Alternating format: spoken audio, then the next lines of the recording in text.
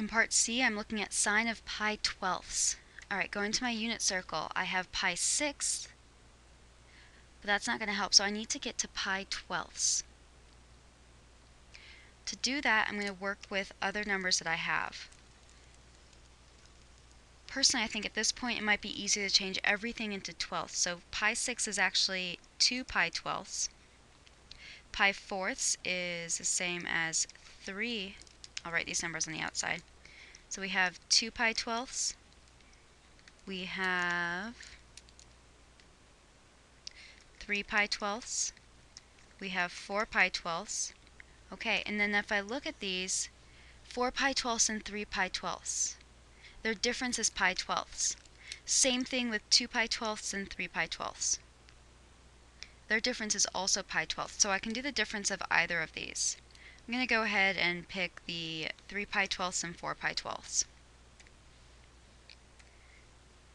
Alright, so what I see is sine of pi twelfths is the same as the sine of 4 pi twelfths minus 3 pi twelfths, which is the same as these reduce to pi thirds minus pi fourths. So going to my unit circle, pi thirds, cosine of pi thirds is 1/2, sine of pi thirds is rad 3 over 2. Now looking at pi fourths, cosine of pi fourths is rad 2 over 2. Sine of pi fourths is also rad 2 over 2. I can now plug these numbers in because I can see, there we go. We're going to also use our equation from up here.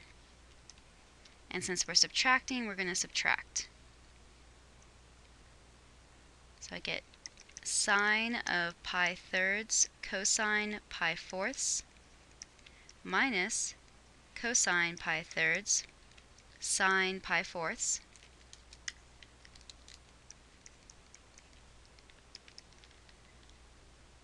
Sine of pi thirds is rad 3 over 2. Cosine of pi fourths is rad 2 over 2. Cosine of pi thirds is 1/2. And sine of pi fourths is rad 2 over 2.